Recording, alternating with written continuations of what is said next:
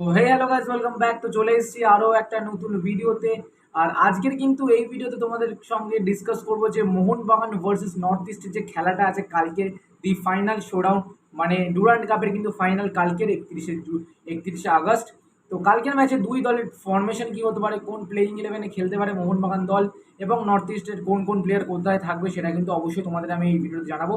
তো তার আগে বলে দিই, যারা যারা এখন অব্দি চ্যানেলটাকে সাবস্ক্রাইব করে বন্ধুরা, তো অবশ্যই নিচে লাল রঙের সাবস্ক্রাইব বাটনটা ক্লিক করে কিন্তু সাবস্ক্রাইব করতে একদম ভুলো না।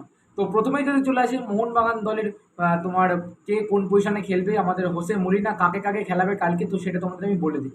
তো গোলকিপারে কিন্তু থাকছে আমাদের বিশাল ক্যাট।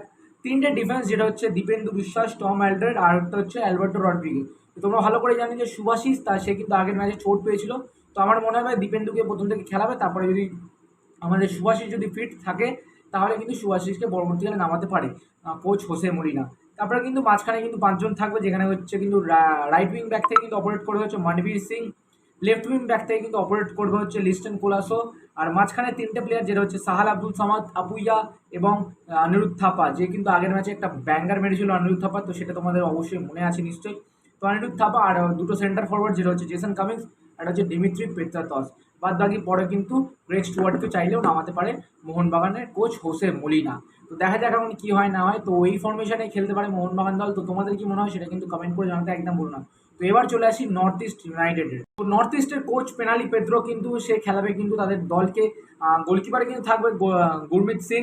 তারপর হচ্ছে চারটে ডিফেন্স, যেটা হচ্ছে রাইট ব্যাকে কিন্তু দিনেশ থাকবে, লেফট ব্যাকে কিন্তু শামতে থাকবে, দুটো সেন্টার ব্যাক, যেটা হচ্ছে একটা আসিড আর একটা হচ্ছে জাবাকো। মাঝখানে কিন্তু বেমামার আর একটা হচ্ছে মুঠু। আর অ্যাটাকিং মিডফিল্ডে কিন্তু এখানে আছে কিন্তু আলবিয়াজ। আর রাইট দিক দিয়ে খেলবে, রাইট মানে ডান দিক দিয়ে অপারেট করবে কিন্তু জিতিন এমএস, বাঁ দিক দিয়ে কিন্তু অপারেট করবে কিন্তু থই সিং, আর একটা সেন্টার ফরওয়ার্ড, যেটা হচ্ছে আজারাই। তো শুনেই নিলে দুই দলের প্লেইং ইলেভেন কি হতে পারে, বা দুই দলে কে কে খেলতে পারে প্রথম থেকে, তো সেটা তোমাদের বলে দিলাম, শেয়ার করে দিলাম।